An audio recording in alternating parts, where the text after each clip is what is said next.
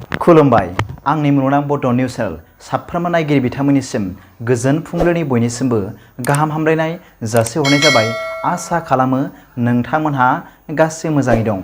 बे समाव आं नोंथांमोननि सिगाङाव फुंबिलिनि मोननैसो खौरां लाना फैलायबाय। अन्नानै भिडिअखौ स्किप खालामाजासे जोबजासिम नायलांदो। दिनैनि फुंबिलिनि मोननैसो खौरांफोरा जाबाय। गिबि रादाबाव दं। बलिउडनि मुंदांखा रोजाबगिरि कुमार सानुआ समबाराव क'क्राझारनि बिटिआर गाहाय मावख' सोहोराव हरखाबै दावबायनानै अनसायगिरिफोरखौ सोमोनांहोदोंमोन। मुंदांखा रोजाबगिरिया कलकातानिफ्राय क'क्राझारसिम लामाजों दावबायदोंमोन, जेराव बिथांखौ बिटिआरनि मावफुं सोद्रोमा अरुप कुमार देनि न'आव दुंब्रुदै बरायनाय जादोंमोन। कुमार सानुनि नुजाथिनायनि खौराङा गोख्रैनो क'क्राझाराव अरुप कुमार देनि न'आव गोसो गुदुं अनसायगिरिफोरनि होंगो दोंगोखौ गोसारहोदोंमोन। बलिउडनि महरगिरिया मानास माहारियारि हाग्रामायाव हर थागोन आरो बङाइगावनि नयापारियाव गंसे थानसालि बेखेवनाय हाबाफारियाव बाहागो लागोन। आसामनि फारसे गावनि मोजां मोननायखौ फोरमायनानै सासे बायदि रोखोमनि महरगिरि कुमार सानुआ बुंदोंमोन, आसामा आंनि मोजां मोनसिननाय रायजो। हरखाबै दावबायनाया अनसायगिरिफोरनि गेजेराव मोनसे दावराव-दावसि सोमजिहोदों आरो थानसालि बेखेवनायाव कुमार सानुनि बाहागो लानाया ओनसोलाव रंजानायखौ बांहोयो होनना मिथिनो मोन्दों। नैथि रादाबाव दं। मोनसे सोमोनांथाव जाथाय। आसामनि सासे सुबुङा केरालानि बास लाखिग्रा जायगायाव मासे मावजिनि गोथां बेदर जानानै हमजायो। खौरां बायदिब्ला धुबुरी जिल्लानि थागिरि बे सुबुङा मलप्पुरम जिल्लानि कुट्टिपुरम बास स्टेशनाव मासे मावजिनि बेदर जाबाय थानाय समावनो मोनदोंमोन। जेब्ला नायगिरिफोरा नुदोंमोन अब्ला पुलिसनो गोख्रैनो जाथायनि बागै खौरां होनाय जादोंमोन। बिसोरो जाथाय जायगायाव सौहैदोंमोन आरो बियो उखैनाय होनना बुंनायनि उनाव बिथांनो जाग्रा आदार बायदोंमोन। मिथिनो मोन्दोंमोन दि बिथाङा थांनाय सानब्रैनिफ्राय जाग्रा आदार जायाखैमोन। बिनि उनाव बिथांखौ केरालानि क'झिक'ड जिल्लायाव क'झिक'ड सोरखारि मेलेमारि देहा फाहामसालियाव थिसननाय जादोंमोन। तालुक देहा फाहामसालियाव मोनसे गिबि आनजादआ इंगित होदोंमोन दि बिथाङा माखासे मेलेमारि जेंनाफोर दंमोन होनना मिथिनो मोन्दों। थामथि रादाबाव दं।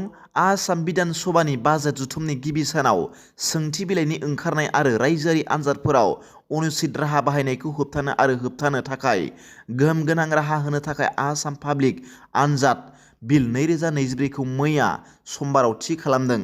बिलनि बायदिब्ला दायनिगिरिखौ 5 बोसोरनिफ्राय 10 बोसोरसिम जोबथेसालि एबा 10 लाखनिफ्राय 10 कौटि रांसिम जुरिमाना होनाय जागोन आरो जुरिमाना होनो हायाब्ला 2 बोसोरनि जोबथेसालियाव थाबावनांनाय जागोन।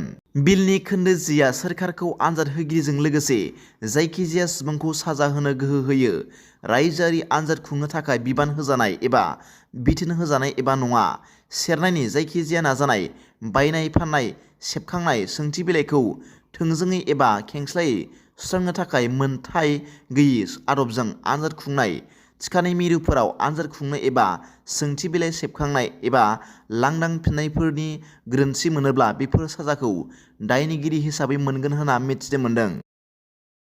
ब्रैथि रादाबाव दं। सिलिगुरिनि मुकेश चौधुरी मुंनि सासे सुबुङा अजद होनायनि उनाव मैया समबाराव गुवाहाटीआव 5 दाखाथिफोरखौ खानाय जादों। सुलुंनि बायदिब्ला 5 दाखाथिफोरा मुकेशनि बेसेनगोसा फन, पार्स, एटिएम कार्ड आरो बेगफोरखौ लुथिदोंमोन। दायनिगिरिफोरखौ नबिरुल इस्लाम, अनामिका उर्फे आक्लिमा खातुन, बानिस आली, नुर महम्मद आरो सालेहा खातुन होनना मिथिनो मोन्दों। मोन्नाय खौरांनि बायदिब्ला गाग्लोबजाग्राया इन्टार-स्टेट बास टार्मिनस एबा आइएसबिटिआव नोगोराव सौफैदोंमोन आरो आइएसबिटिनिफ्राय बिथांखौ उलुबारियाव लिंहरनाय जादोंमोन, जेराव बिथाङा हानजानि सासे सोद्रोमा नुर महम्मदखौ लोगो मोनदोंमोन, जाय बिथांखौ मोनसे हटेलाव लांदोंमोन आरो जाहोदोंमोन। बानिस आली उर्फे राहुल आली, नबिरुल इस्लाम आरो साहेला खातुननि हेफाजाबजों बिसोरो गंसे अट'रिक्सा लायो आरो गाग्लोबजाग्राजों लोगोसे गासै सानाव दावबायदोंमोन। बे समाव बिसोरो बिखौ फेहोदोंमोन। बेनि उनाव बिसोरो बिथांखौ लुथिदोंमन आरो लामानि सेराव गारना थांदोंमोन। जाथायनि उनाव 10 जानुवारि खालि मुकेशआ सिलिगुरियाव फैफिनदोंमोन। बबेखानि 10 जानुवारिनिफ्राय 14 जानुवारिनि गेजेराव बिथांनि बेंक एकाउन्टनिफ्राय 3.50 लाख रां थगायनानै दिहुननाय जादोंमोन।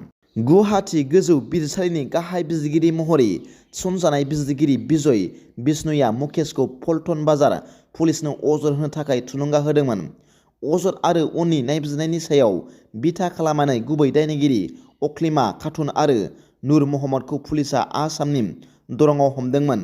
जोबनायाव गुबुन 3 सन्देह गोनां सुबुंफोरखौ गवालपारायाव हमनानै दोननाय जादोंमोन आरो आथिखालाव बिसोर गासैखौबो जाथायजों सोमोन्दो लाखिनानै सोंनाय फिननाय खालामगासिनो दं होनना मिथिनो मोन्दों।